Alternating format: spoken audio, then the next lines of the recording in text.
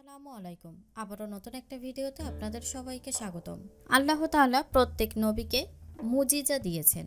যখন নবীর উম্মতেরা তার উপর অর্পিত নবুয়তে বিশ্বাস স্থাপন না করে তাকে মিথ্যা প্রতিপন্ন করেছিল, তখন নবীগণ আল্লাহর পক্ষ থেকে প্রাপ্ত মুজিজা দেখিয়ে তাদের মহান রবের কুদরত বোঝানোর চেষ্টা করেছেন। এতে কেউ হেদায়েত লাভ করে সফল হয়েছেন, কেউ বা এসব মুজিজাকে জাদু বলে উপহাস করেছেন, নরকের কীটে পরিণত হয়েছে। আল্লাহ তাআলা নবী মুসা আলাইহিস সালামকে 9টি মুজিজা দিয়েছিলেন। তার মধ্যে অন্যতম একটি হলো তার ব্যবহৃত লাঠি মাটিতে নিক্ষেপ করা মাত্র অজগর সাপের মতো রূপ ধারণ করত। এরপর তিনি তা হাত দিয়ে ধরলে আবারও আগের মতো লাঠিতে পরিণত হয়ে যেত। মুসা আলাইহিস সালামের দেখানো দুটি মুজিজার প্রতিক্রিয়ার ফেরাউন ও তার দরবারের লোকেরা জাদুকরদের জড়ো করার সিদ্ধান্ত নেয়। তারা জাদুর মাধ্যমে মুসা আলাইহিস সালাম ও তার ভাই হারুনকে অপদস্থ করে জনগণের উপর তাদের প্রভাব কমানো বা বিলুপ্ত করা সম্ভব হবে বলে ভেবেছিল। কিন্তু অবশেষে এখন থেকে 3000 বছরেরও আগে 4 জিলহজ তারিখের ঘটনায় মহান নবী ও বিশিষ্ট রাসূল হযরত মুসা আলাইহিস সালাম জাদুকরদের উপর বিজয়ী হয়েছিলেন। এক প্রকাশ্য জনসভা উৎসবের আয়োজন করে দুর্ধর্ষ জালেম ফেরাউন সুদক্ষ জাদুকরদের মাধ্যমে মুসা নবীকে অপমানিত করতে চেয়েছিল এবং বিজয়ের ব্যাপারে সে নিশ্চিত ছিল। মুসা আলাইহিস সালাম প্রথমে জাদুকরদের ও ফেরাউনকে আবারও একাত্মবাদ মেনে নেওয়ার এবং মূর্তি পূজা পরিহারের আহ্বান জানান। এক ও অদ্বিতীয় আল্লাহর সঙ্গে অন্য কাউকে শরিক করা হলে তার যে মারাত্মক পরিণতি হবে সে সম্পর্কেও তিনি তাদের সতর্ক করে দেন। তাদের জাদু বা ভেলকিবাজিকে তিনি আল্লাহর বিরুদ্ধে মিথ্যাচারের প্রচেষ্টা বলেও অভিহিত করেন।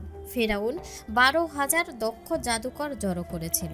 তাদের মধ্যে প্রসিদ্ধ 5 জাদুকরের নাম ছিল সামুন, সাদুর, গাদুর, খতাত ও মুসাফা।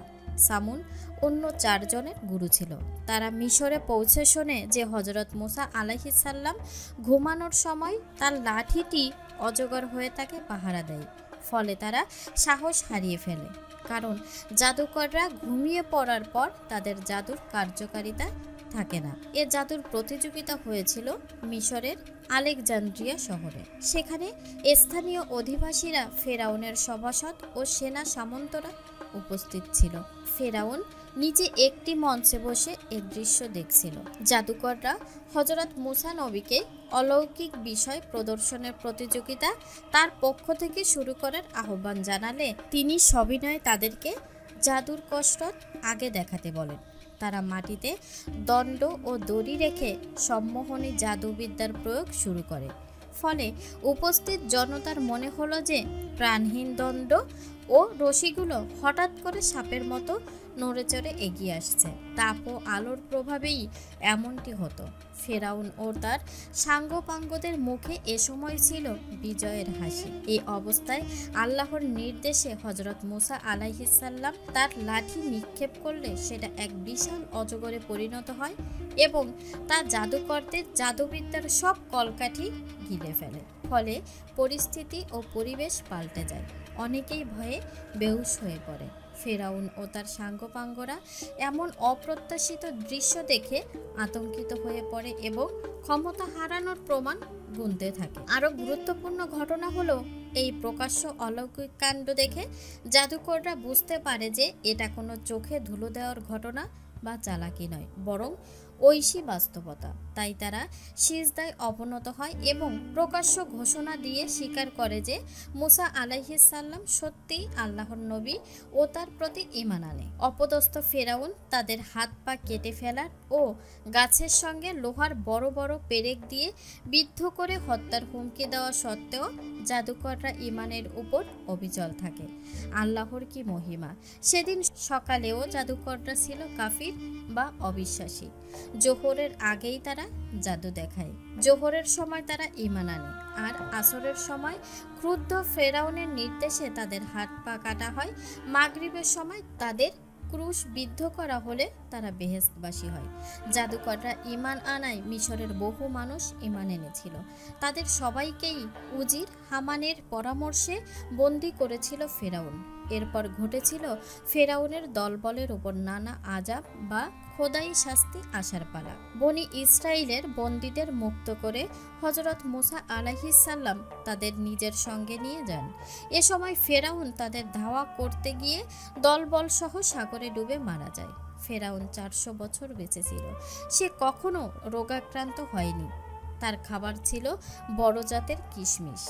ফেরাউন প্রতিরক্ষা প্রাচীর বেষ্টিত দুর্গ শহরে থাকত। সে একটি বাঘ তার কাছে রাখত, কিন্তু মুসা নবীর আগমনের পর ওই বাঘ ভয়ে পালিয়ে যায়। হযরত মুসা আলাইহিস সালাম ফেরাউনের শহরের যেই দরজাতেই পৌঁছেছেন সেই দরজাগুলো আপনা আপনি খুলে যেত।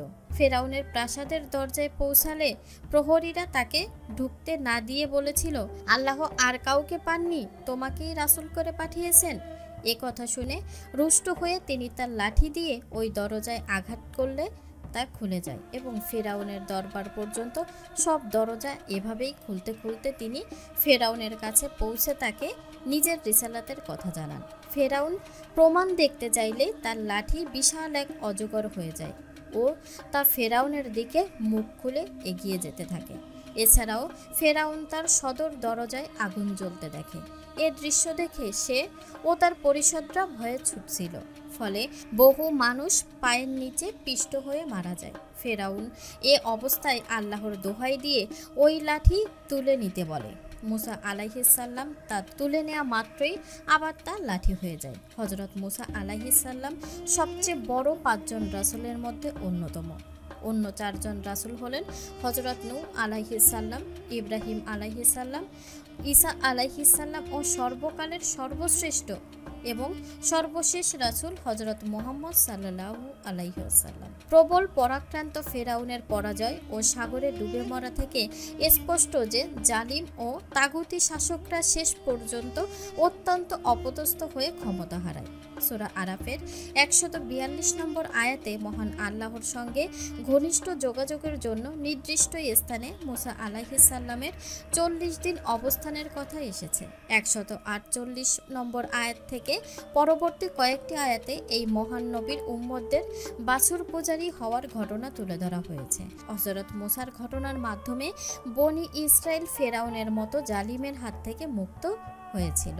ফেরাউনের লোকেরা বনি ইসরাইলের পুরুষদের ও সন্তানদের হত্যা করত যখন তখন ও তাদের নারীদের দাসী বা স্ত্রী বানিয়ে নিত এবং তাদের দিয়ে নিম্নমানের ও কঠোর পরিশ্রমের কাজ করাতো। অথচ মুক্তি পাবার পরপরই বনি ইসরাইল নীল নদের কাছে গরু পূজারীদের দেখে তাদের প্রতি আকৃষ্ট হয় এবং গরুর মতো খোদা এনে দিতে মুসা আলাইহিস সালামের কাছে দাবি জানায়। মুসা আলাইহিস সালাম ওই অদ্ভুত দাবির জন্য তাদের তীব্র তিরস্কার করেন। এরপর মুসা আলাইহিস সালাম মহান আল্লাহর সঙ্গে ঘনিষ্ঠ যোগাযোগের জন্য 40 দিন নিজ নিজ জাতি থেকে দূরে থাকেন। এ সময় সামেরি নামের এক ব্যক্তি একটি বাছুরের মূর্তি বানায় সোনা দিয়ে। সে মানুষকে ওই মূর্তির পূজা করার আহ্বান জানায়। তার বিশেষ কারসাজিতে মূর্তিটি হতে গরুর মতো শব্দ বের হতো। সামেরি জনগণকে ধোঁকা দেওয়ার জন্য বলে, এটা হচ্ছে তোমাদের ও মুসার খোদা। ফলে বনি ইসরাইল তথা ইহুদিরা বাছুরটিকে খোদা ভেবে তার পূজা করতে শুরু করে। এ প্রসঙ্গে মানুষের বিবেক জাগিয়ে তুলতে কোরআনে ইরশাদ হয়েছে, তারা কি দেখেনি যে স্বর্ণ নির্মিত এই বস্তুটি, এই জন্তুটি তাদের সঙ্গে কথা বলে না এবং মানুষকে নির্দেশ দিতে ও সুপথ দেখাতে পারে না। আজ এ পর্যন্তই। আবারও নতুন একটা ভিডিও দেখার আমন্ত্রণ জানিয়ে আজকের মতো এখানেই শেষ করছি। আল্লাহ হাফেজ।